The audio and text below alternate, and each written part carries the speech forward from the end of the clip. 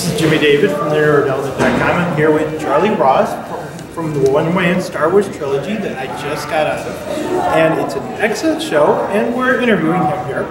And what inspired you to create the show? Combating unemployment.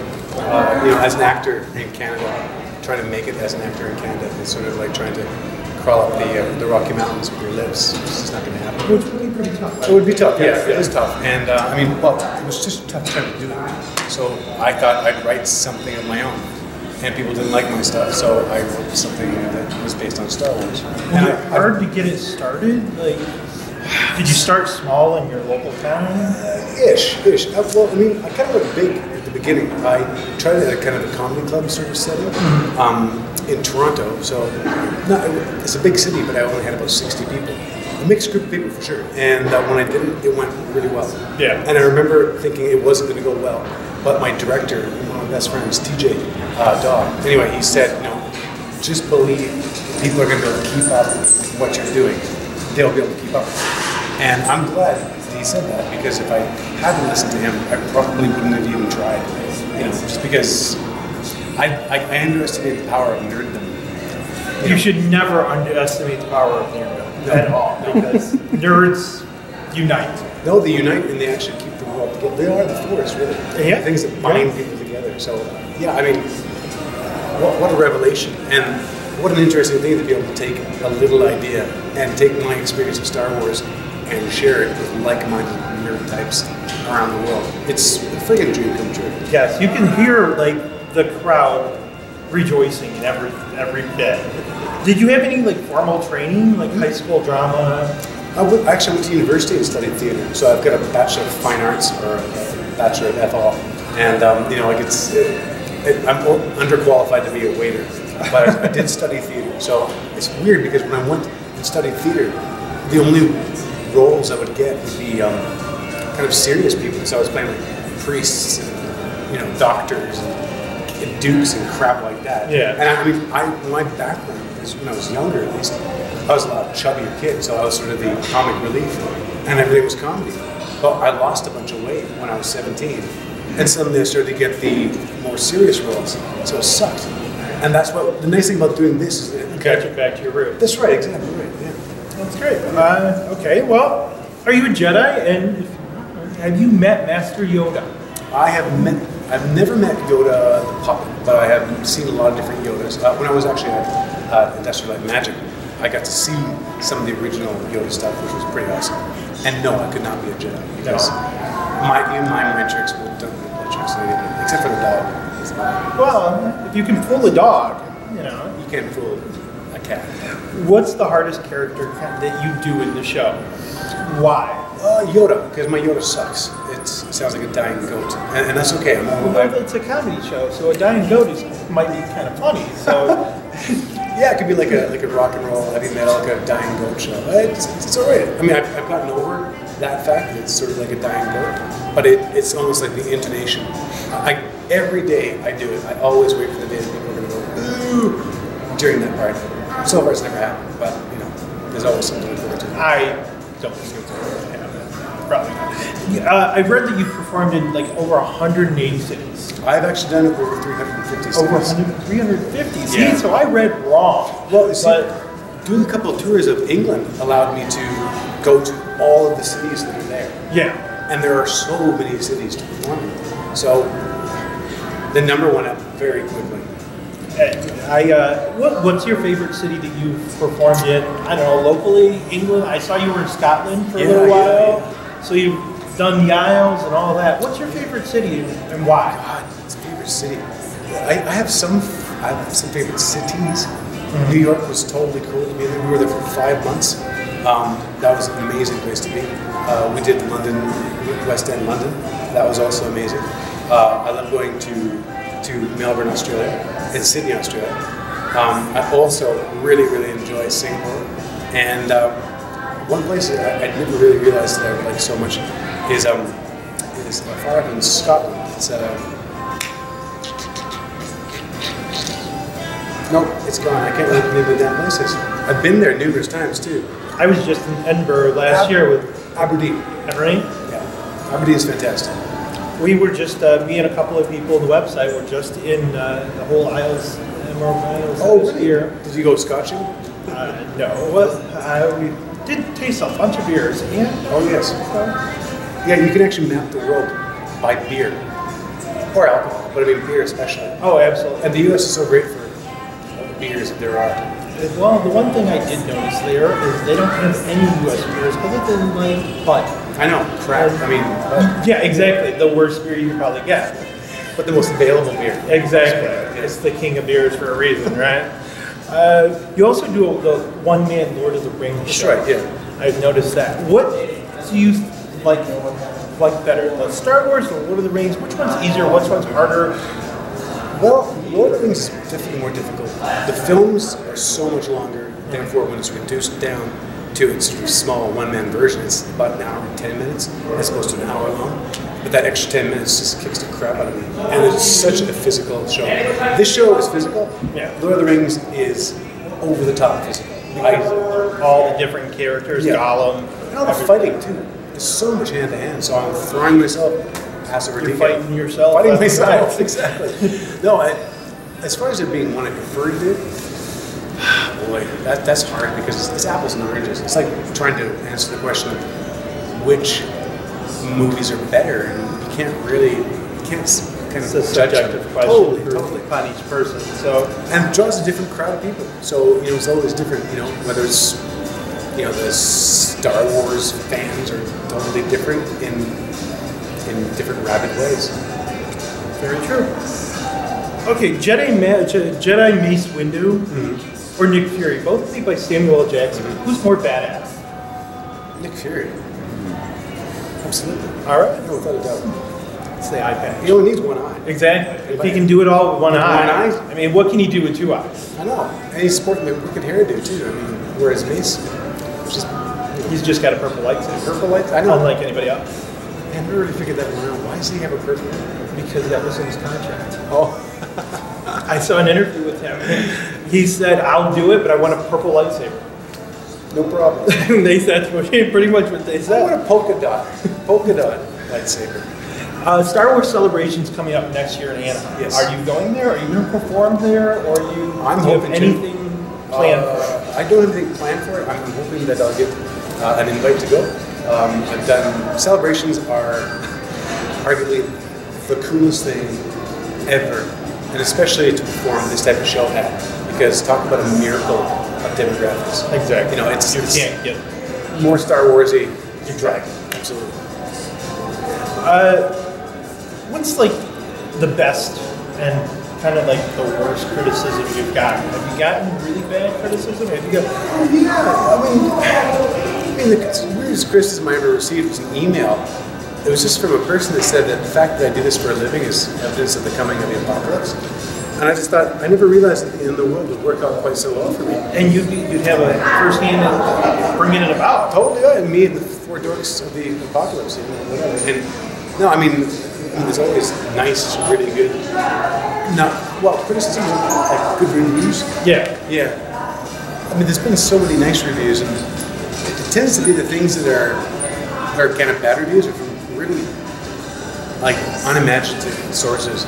Like one guy said, "Why just watch the movies?" I don't think you understand what a one-man Star Wars trilogy is supposed to be. Exactly. Yeah. The worst show I ever had, and it keeps, it keeps getting worse and worse and worse, was I did a show, it was a corporate, we call it, a corporate show for the middle management of an insurance corporation in England. And they were like a bunch of drunken teenagers, but they weren't.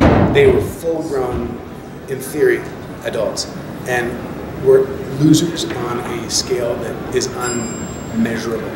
Anyway, I hope they rot in hell. Oh, yeah. Yeah. To our British fans out there, we have a couple of personal friends. I This love- goes no, out to you. I love England, and I love the folks of England, but I do not like these people. They have a very dry sense of humor, so maybe it just wasn't dry, and maybe it just wasn't Benny Hill or Monty Python-ish. These enough. guys were the middle management for an insurance corporation, and they were drunker than hell. And I don't think They would have laughed if I would have pulled my pants down and farted. Maybe that was what they wanted. I mean, middle management in insurance alone is kind of like evil in glam.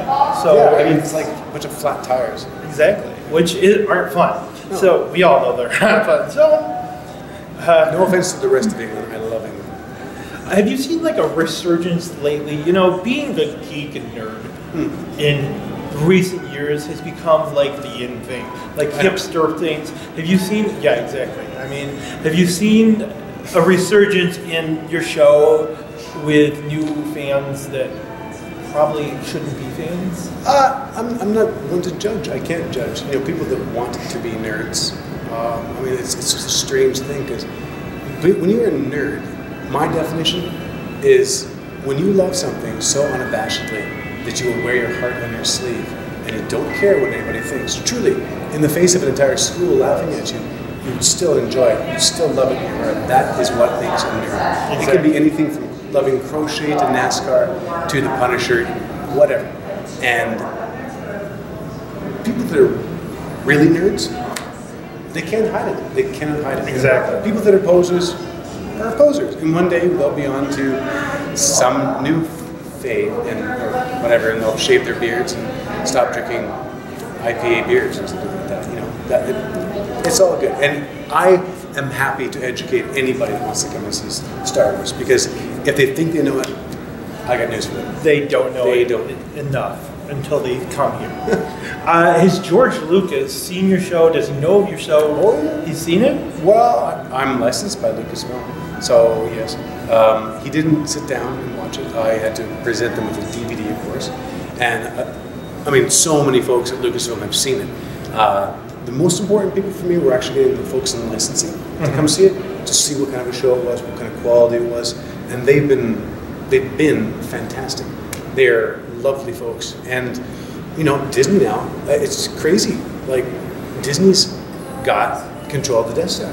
Exactly. And, I mean, I think that's kind of a little bit of awesome that I can't even comprehend. Because when I was a kid, I remember watching The Wonderful World of Disney, and it was like every Sunday night you suddenly got this dose of potentially cartoons, which you didn't expect, and I loved it. And I would like run through the house to make sure I didn't miss a second of The Wonderful World of Disney.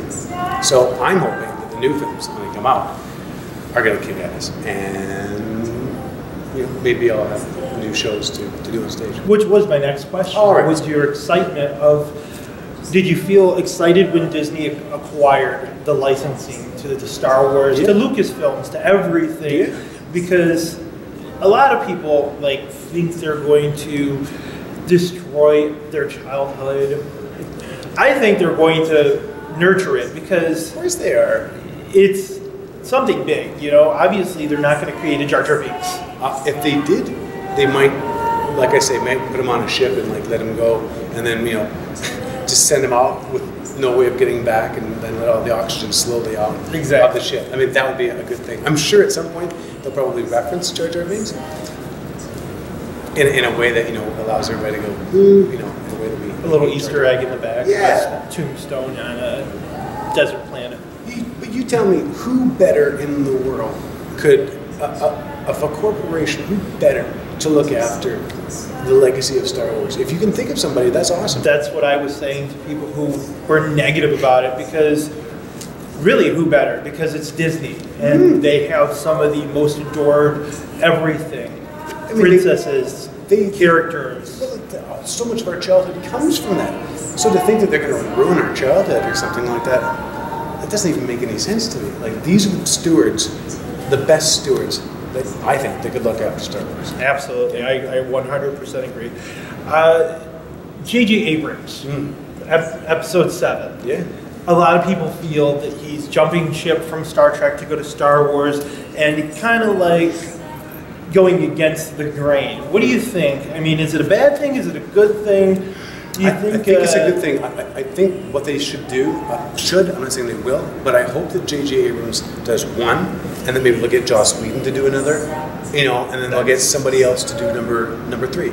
Because you have skilled, amazing directors / writers, collaborators, people that know their Star Wars, know their Star Trek, can actually think inside that world, and can it's like the original trilogy. They kept changing up the directors to get fresh people working on it.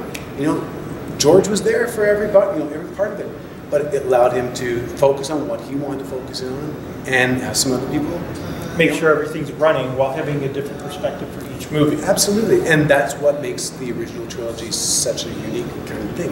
So I would think they'd be smart to consider, and maybe they already are, to consider using Joss for the second installment, and JJ for the first, and then I don't know. I mean, being Disney has also acquired Marvel, and Marvel kind of has Josh. Yeah. It's all in the same family, so you never really know. They might do that. And they could get like Chris Nolan to do the last one, or find can you imagine having a woman director direct Star Wars? That would be awesome. Yeah. Catherine Bigelow, anyone?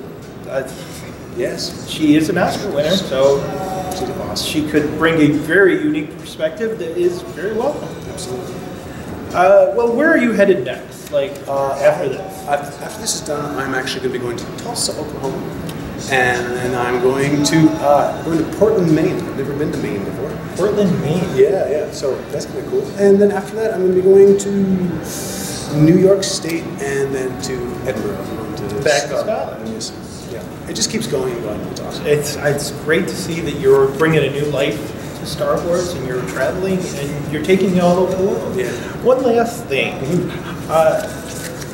You didn't bring this up in the show, and I was just kind of curious. Are these the droids that you're looking for?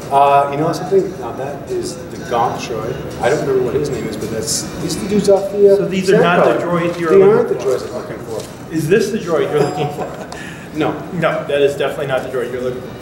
Would that happen to be the droid? The droid that's the droid you're looking for? That is the droid. These are not the droids you're looking for? No, those are not the droids. These are not the droids you're looking for. No. You've never seen them. You can go about your business. This is hard. Let's just go about our business. This is Jimmy David from thenerdelement.com with Charlie Ross, One Man Star Wars Trilogy. Check him out at the One Man Star Wars Trilogy.com. That's OneManStarWars.com. OneManStarWars.com. Get it straight. On Facebook as well. Yes, sir. Thank you very much, Charlie.